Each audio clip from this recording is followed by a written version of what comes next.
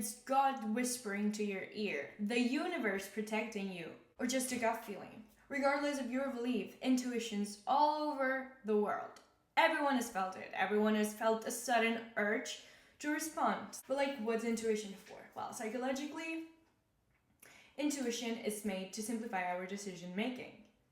Because we ain't got time to overthink everything. Even if I'm driven by the fear of not being able to rationalize every single thought I of course have intuition and sometimes don't even think about why, and I just act. So if you want to know how it actually works, buckle up and let's discover what was that accent? Paula, what was that accent? So if you want to know what's intuition, why do we have it, and how does it work, keep watching this video because I have some answers. Also, I just realized I had a freaking hole on my t-shirt the whole time. I'm so sorry. Like, if you've noticed and you kept watching this video, I love you. Hi babies, and welcome back to one of my videos. It's Paula, a future doctor in psychology. I'm being super optimistic here, but as some people on the internet would say, let's just speak into existence, which if you want a video about it, just comment down below and I will do some research about it. And speaking about like comments and opinions, guys, I'm super thankful for everyone who's been like commenting and even sending me DMs about how they appreciate my work or I'm doing something. You guys, I thought academic validation was the best thing in the world. Turns out strangers' validation on things that you've done, like creations, is even better. I try to not get in my head because it's, of course, at the end of the day, a stranger's opinion.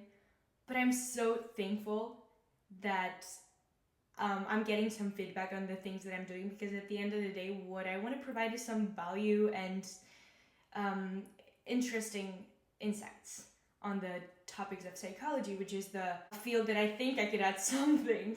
Honestly, I never expected that. Which is weird because like you're posting videos on YouTube, but I actually, like, you never know what it feels like till you receive it and you're like, whoa, you never know till you know. And thank you so much. I promise I'll get better at this and I will provide even more information because, I don't know, just like reading or listening to people's opinion on what I did and the insights that, hey, thanks, it's actually good. It's like, wait, it's actually good? I thought it was shit. Someone in the comments last week mentioned that it would be nice if I had like subtitles or like captions in my videos. If you want it. Someone in the last video about self-concept mentioned that it would be nice if I had like captions on my videos. So if you guys want it, just like say it and your wish is my command. Also, if you have any topic or book that you want me to dive in, your wish is my command also. Of course, with a filter, please don't send me stupid stuff, but I will say I'm a bit stupid with the topics I try to cover. I have more ideas and I have a lot of content and video ideas that I want to actually produce. So yeah, stay tuned. I'm in a reading slump, which means I cannot read. I have like 3 books that I started and I cannot finish. And the thing is, I'm not gonna force myself. Sorry. Have you got any book ideas that will get me out of a reading slump? I'm sure you do. So please tell me, please. In case you've been living under a rock, in the 80s, Daniel Kahneman and Trotsky, did I say his name right? I think I did. Created the book, did some research and created the book Thinking Fast and Slow, which is another way of saying that our brain has a dual system of thinking. So we have system 1 and system 2. System 1 is fast, intuitive, effortless, and system 2 is much more slower, more analytical. It requires more cognitive effort. Intuition is closely related to system 1, which governs much of our daily quick decisions, and it's the one we act upon when we are in a bit of a fight or flight mode. We need to act quickly. SOS, That's when System 1 comes to the rescue. As I've said, intuition or System 1 works as a shortcut. System 1 thinking is seen as a process that directly transforms function to structure, which increases cognitive efficiency, or in other words, you don't have to think as much. However, this doesn't mean that it's always perfect, because of its natural efficiency, it's much more likely to leave out some nuances. And that's when system 2 should come into the rescue and actually analyze the situation with your cognition. Now we have divided our thinking into two, intuitive and rational. But what if I told you that this intuitive thinking can also be divided into two others? Our intuitive judgment and intuitive insight. Dolfer and Ackerman in 2012 actually created a duality of intuition. So it's a duality of the duality. A bit redundant, but anyway. Which distinguished between intuitive judgment and intuitive insight. The former is primarily used in decision making. It involves rapid assessments and choices based on expertise and pattern recognition. Intuitive insight, on the other hand, is crucial for creativity and innovation. It involves generating new knowledge and solutions to ill-structured problems. This type of intuition is vital when you're trying to just come up with some ideas and also adapting to changing environments. They're both a really fast-generating burst of knowledge. A very good example of intuitive judgment would be, for instance, when you walk into a room and decide if someone's beautiful or not. At the end of the day, we all make quick judgments. This judgment towards someone or something is really quick. That's because you have accumulated experience, pattern recognition, and you synthesize the information you're giving super fast because you're super used to make judgments on someone's looks, for instance.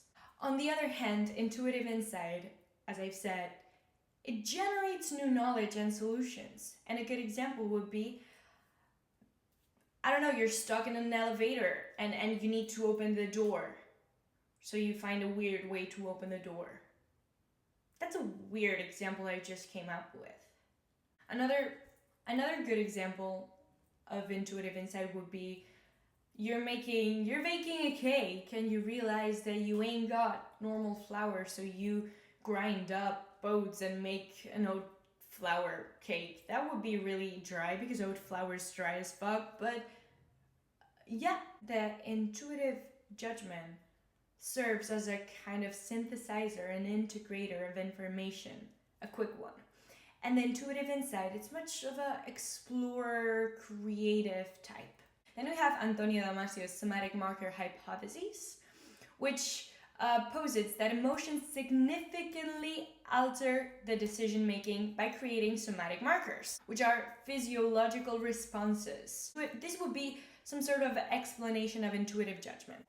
Like I said, intuitive judgment plays a big role with pattern recognition. And how do we get pattern recognition? With experience. Why do I keep saying Antonio when I'm literally Spanish? Antonio. I remember being a kid and wanting to go to the park because I loved the swings. Those were my favorite. I just remember saying to my mom, "Mom, I want to go there." And my mom was like, "Yeah, perfectly fine." And we were there in the park, and then a dog came and I was freaking afraid, and I basically ran off the park and didn't get to spend an enjoyable time at the swings, which was what I wanted, but I couldn't because I was afraid of dogs. And it was, of course, irrational thinking. Of course, you can say that when you're a kid, you're more prone to irrational thinking. The somatic marker hypothesis suggests that emotional processes guide behavior, especially in decision making. These markers are association between stimuli and psychological affective states, which are processed in the ventromedial prefrontal cortex. God, I know this word in 3 languages and now my head is like, yeah, the prefrontal cortex. That part of our brain that studies show that it's not fully developed till we are around 25. That part, which could relate or give a reason why, as kids or teens or young adults, we don't have enough of a good intuition. That's why with experience, intuition gets better, but at the same time, is it because we're not fully developed? I would like to know the answer. I will actually look at it. I will actually look at it and I will tell you, because now I want to know this. While this hypothesis provides a framework for understanding how emotions can affect decisions, some limitations exist concerning individual differences in emotional processing. Not everyone feels the same towards a dog, for instance. Or not everyone feels the same towards fear. Because some people are highly used to fear, therefore they won't act in the same way. The issue with it is that it's highly subjective to the person's perception of life, and especially subjective to the context, which if you have been following the channel, you know that context is everything. And context can actually change the meaning of something. When faced with complex and uncertain choices under stress, cognitive processes may become overloaded, making it difficult to decide based solely on rational analyses. And that's when intuition comes in, because we get so worked up over a situation that we get a spark of, that's it. Like, it has happened to me many times. Like, the first time I applied to university, you know, I took the equivalent of SATs, A-levels, all that, okay, depending on where you live. I took them, and I remember doing pre-description. I'm translating from Spanish, literally, sorry. I didn't know which uni to put in the first place, and I went with my intuition. It failed, it wasn't a good idea, I had to switch. But anyway, I remember I was so stressed that my rational thinking was just so blinded that I went with my intuition. Somatic markers, which are associations between reinforcing stimuli, as I've said, reinforcing, pattern recognition, and their corresponding affective states, then play a crucial role in biasing our cognitive processing and guiding behavior, which means that those somatic markers can highly affect our biases. These markers can be drivers of our cognitive biases and the way we perceive the world, and the things we love, and the things we don't, and the things we're afraid of, and the things... Did I just quote Taylor Swift? Things we're afraid of. I just think that you are what you love. The question of the day, can we trust intuition? Well, as everything in psychology, it depends. Of course, the chances of success will be higher with experience. Yet, as I've said, with my uni example, sometimes it doesn't work. As always, the more times you do something, the better you'll get at it. The better your quick thinking will be regarding that topic. For instance, in a doubtful situation, police officers must act quickly, and they don't have room for reasoning. So they have to act upon their intuition. That's why their experience on the topic, that's why the more experience they have on the topic, the less their intuition will fail them on that topic. That doesn't mean that someone who knows when to arrest another person is as good as, deciding uni careers. Yeah, I keep talking about it because it was the bane of my existence for a year. It's good old familiarity. Nonetheless, that doesn't mean that our gut feelings will always be right. But honestly, since when our logic has always been right. But that's a whole topic for another day. Another way in which our intuition can actually fail us is due to the biases that affect unconsciously the perception we have of life in general. Another way in which our intuition can fail us is due to the biases that unconsciously affect the way we see the world, especially when our intuitive decisions stem from emotions or assumptions, which trace us back to the somatic marker hypotheses. It's not something we should always believe in to be true. You know when people say a woman's intuition's never wrong? Honey, it is. Okay, swallow your pride. It is. I'm holding your hands while I'm telling you this. A woman's intuition's not always right. Does it tend to be? Maybe, I don't know. I haven't looked at the studies behind that. I haven't conducted research on that. But it's not always true. And regardless of your gender, your intuition's not always true.